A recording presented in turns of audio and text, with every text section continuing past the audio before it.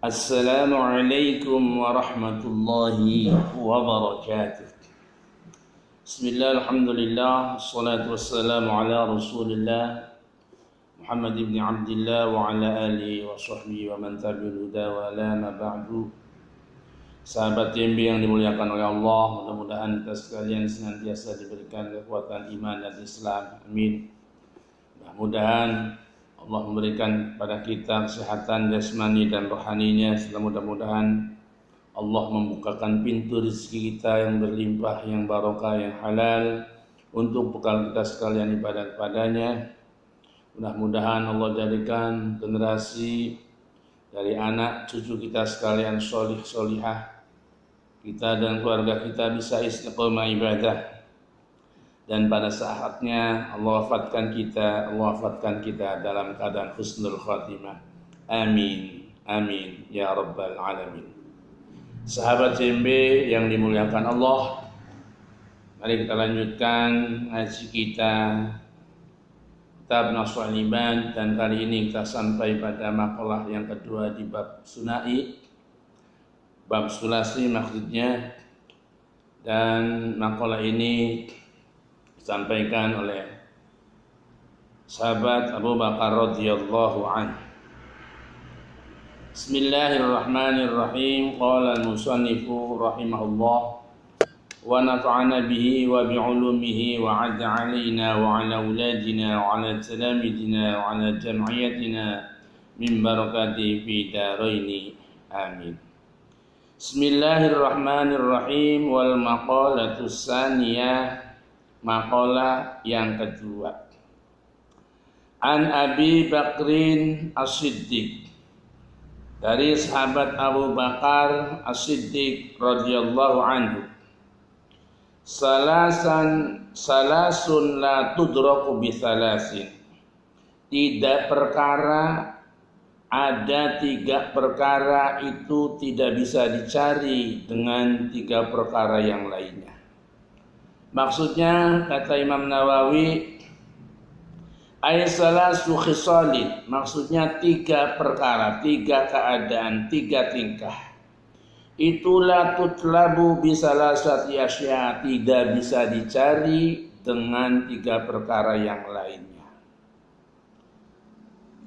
Pertama, al-ghina bil munah, kekayaan itu tidak bisa dicari dengan harapan.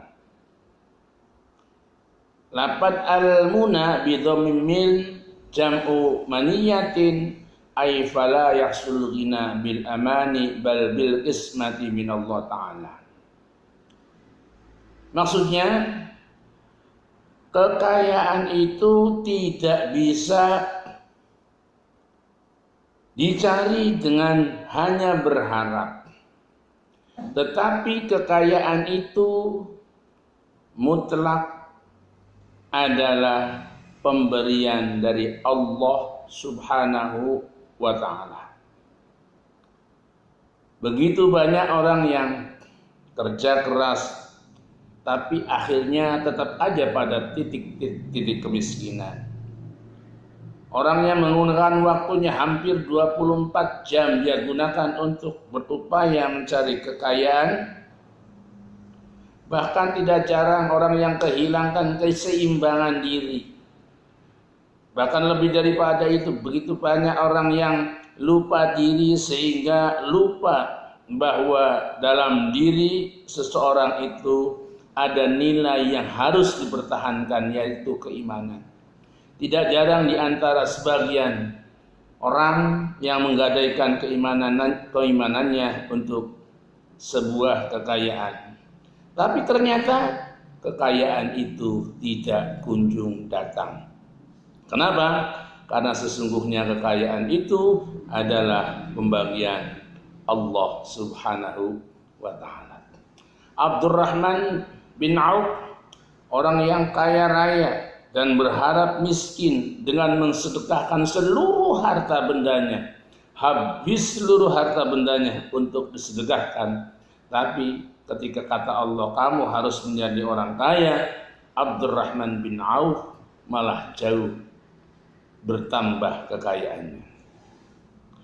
Kemudian yang kedua, kata Abu Bakar Sayyidina Abu Bakar radhiyallahu anhu, wasabab bil khitab fala yahsul as-sabab bi khitab asy-syari bil hina wa nahwi. Yang kedua, berharap muda, berharap kembali menjadi muda, balik maning no maning mangkusen, itu dengan cara mensemir rambut yang ada di kepalanya, tetap aja dia tidak akan pernah menjadi muda lagi. Tenaganya, pikirannya, nafsunya dan lain sebagainya, dia tidak akan pernah kembali lagi menjadi muda dengan cara menyemir rambutnya.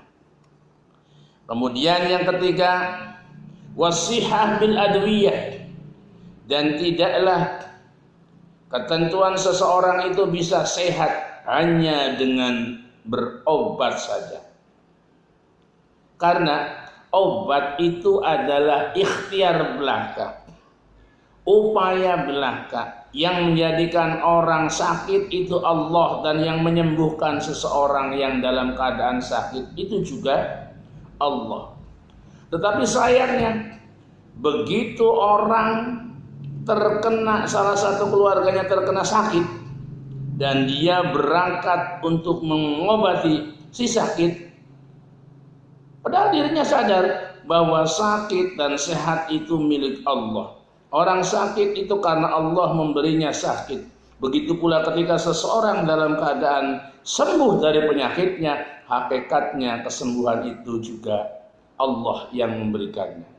Tapi sayang, ketika merasa tergesa-gesa untuk mengobati si sakit, berangkat ke rumah sakit A, B, C dan lain sebagainya dengan perbekalan yang sudah cukup komplit, sayang jarang di antara mereka yang justru pamit dulu pada zat yang memberikan kesembuhan. Dengan cara berdoa misalnya, dengan cara sholat hajat terlebih dahulu misalnya, bahwa dia berniat untuk membawa si sakit berobat dalam rangka ikhtiar agar Allah memberikan kesembuhannya. Itu hampir tidak ada pada kita. Bahkan ironisnya, sahabat TMB, ketika seseorang berobat kemana-mana, kemari mah ayu-ayu ting-ting, kemana-mana, ke rumah sakit A belum juga sembuh, ke rumah sakit B belum juga sembuh, ke rumah terus dari satu kota ke kota yang lainnya. Tiba-tiba dia membeli obat yang ada di warung dan ternyata sembuh. Apa kata mereka? Ternyata warase mah kenang obat warung baik. Ini bahaya. Begitu banyak hama yang menyerang tanaman kita, sawah kita obati dengan berbagai macam obat tidak mempan. Begitu kita menggunakan dengan obat yang sangat murah, apa katanya? Ternyata warase mah kenang obat sing murah baik. Ini bahaya.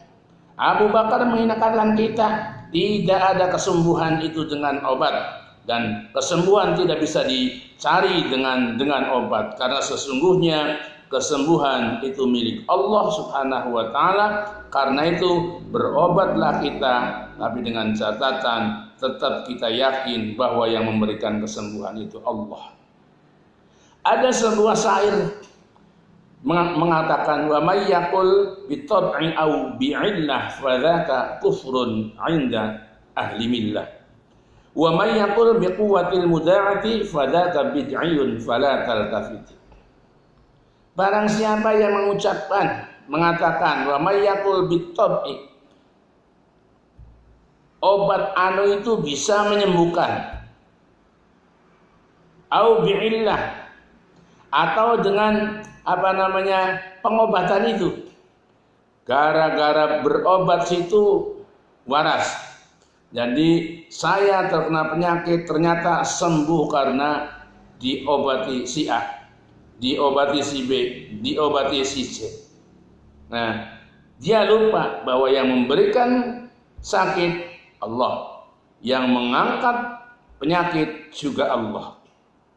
Maka orang yang mengatakan sesuatu itu bisa menyembuhkan, sesuatu itu bisa memberikan manfaat, bukan dilandaskan pada Allah, dikembalikan pada Allah, fadzaka kufrun inda ahli millah, maka ucapan-ucapan itu adalah ucapan yang menghantarkan seseorang pada kekufuran. Berhati-hatilah saudara, karena bedanya sedikit, bedanya tipis setipis kulit ari antara ucapan yang sahih dan ucapan yang mendapatkan kekufuran. Ucapan yang benar dan ucapan yang menjerumuskan kepada kekufuran. Di akhir zaman ini begitu banyak orang-orang yang kemudian keluar dari Islam, lebih disebabkan karena tidak menata kalimat yang diucapkannya. Maka berhati-hatilah mengatur kalimat, berhati-hatilah saat kita berkomentar. Jangan-jangan kalimat yang keluar dari lisan kita, komentar yang keluar dari lisan atau jari jemari kita justru mendatangkan sebuah kekufuran. Na'udzubillah summa na'udzubillah min syarri dzalik. Mudah-mudahan bermanfaat. Wallahul muwaffiq ila aqwamit thariq wal 'afwa minkum. Summa assalamu alaikum warahmatullahi wabarakatuh.